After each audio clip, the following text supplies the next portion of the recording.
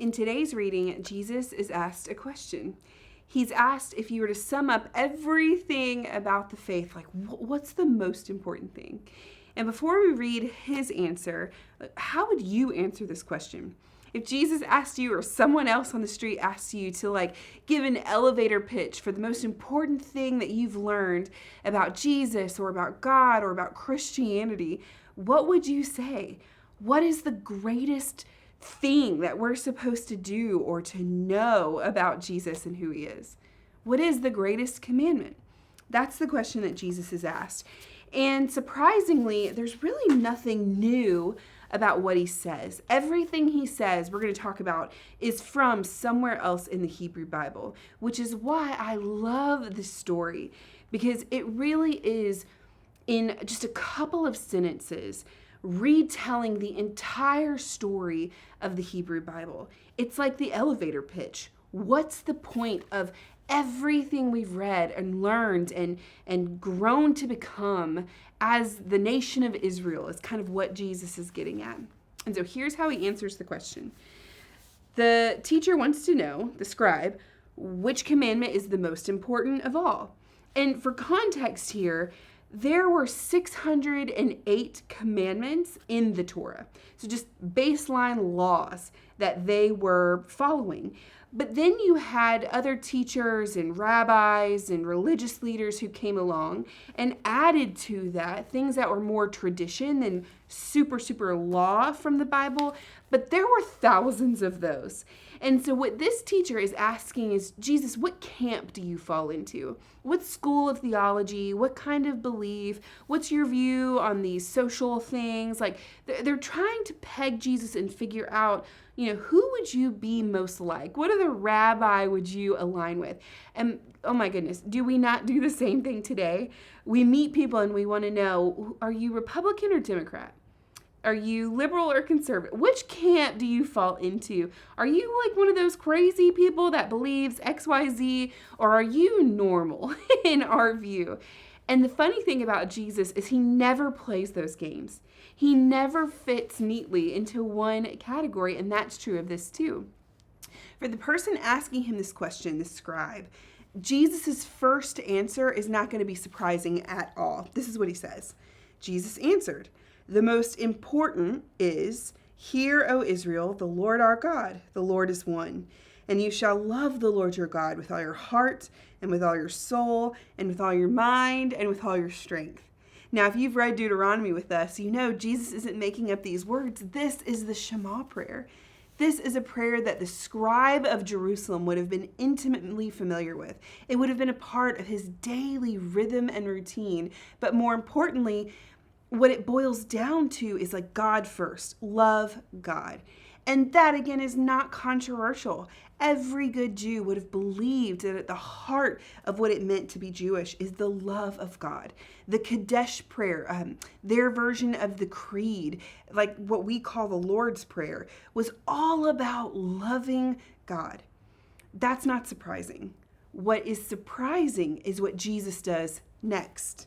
He says, the second is this: you shall love your neighbor as yourself. There is no other commandment greater than these. So again, the teacher wants to know which commandment, one, is the greatest. And what Jesus does is give two commandments. And by the language here, it's more explicit in Matthew's gospel, where it says this one is like the second, right? Or the second is like the first. But here too, it says greater than these. And it's love of neighbor.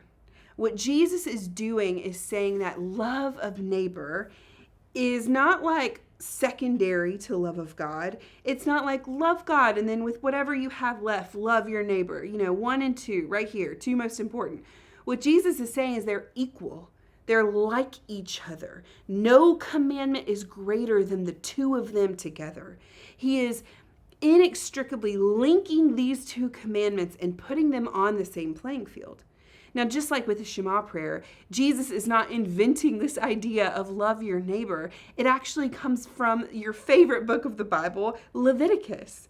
And in Leviticus, there are 2 times where it says explicitly, you shall love your neighbor as part of the Torah, the law. The first time it's mentioned, it's very clear in context that it's talking about those within your community. So your fellow Jewish people, for us, whoever is in your kind of circle of influence. The second time it's mentioned in the same chapter, it's talking about everyone outside of the community. It says foreigners residing among you. So who are we to love? Everyone within our circles and everyone outside of our circles, aka everyone. And again, Jesus says that idea of loving everyone that you come in contact with as if it is yourself is right there in line with the commandment to love God. And I think that's important. There's a whole book by a scholar named Scott McKnight about this. He calls this the Jesus Creed, because this idea that these two commandments are not like love God, then love others, or love others, then love God, the fact that they are equal on the same playing field, that was revolutionary. That was something that would have been like eye-opening and light bulb popping or explosive in the ancient world. That's why it's called the Jesus Creed. And I mean, we know this to be true. All of us know people who are really good at loving God. But then when you look at how they treat people, sometimes even the people who are closest to them, right? They profess to love God, but you wouldn't exactly see it based on how they treat the people closest to them. And the opposite is true. We all know people who are really good at loving others, but they don't love God, or they don't show their love for God, right? And what Jesus is doing is actually you can't have one without the other. We can't be a people who profess to love God and then treat our neighbors really badly. And yet we can't be people who are so concerned with loving others that we forget that we're also called to love God with all of our heart, soul, strength, and mind. The two are just inextricably linked. And Jesus pulls them together in a way that would have been revolutionary for his contemporaries. And I don't know which of those commandments you have a harder time with. For me, it's that loving neighbors, right? It's living in community and being surrounded by people. I'm an introvert. I'm a hermit. I would love to just camp out in my house all day long and love God and read my Bible and do all these things. But Jesus says, I'm so sorry, Alex, you can't be that way. You have to actually be around other people. What does this look like for you? And what does it look like for you even more so to not just be a people who say that we love God or say that we love our neighbor, but to be people who actually put that love in action? Because the love that's being described here is agape love. It's the kind of love that is self-sacrificial, that gives up our own comfort, time, resources in order to make life better for someone else, even when they can do nothing for us in return. And that's the picture that Jesus is really sitting with, because what he wants you to see is the religious leaders in Jerusalem have failed at this. He's condemning them in the highest degree. I mean, all the stuff with the fig tree, now this.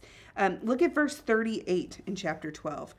He said, "Beware of the scribes who like to walk around in long robes and greetings in the marketplaces, have the best seats in the synagogue and places of honor at feasts." He said, these are people who pretend to love God, but they don't actually love God. They love themselves. They love their own image more than they actually love God.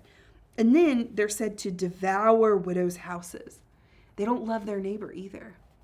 Jesus is saying we're going to be part of a new community who's not like that religious establishment elite. We're going to be people who genuinely love God and genuinely love our neighbor and who do those things as part of one community. So my invitation to you today is just to sit with this for a while. I don't know which one you have a harder time with. If you're really good at loving people, and maybe for you it's the loving God through your heart, soul, strength, and mind. And again, we talked a lot about that with Deuteronomy. Or maybe you're like me, and we really need to spend some more time on this loving people. God says before you ever come to the temple to offer sacrifices, right? Before you ever, come to God with all these lofty prayers, go make reconciliation with that person. Loving God and loving others. This is what the story of the Bible is all about. It's the elevator pitch of our faith. And I hope that speaks to you today.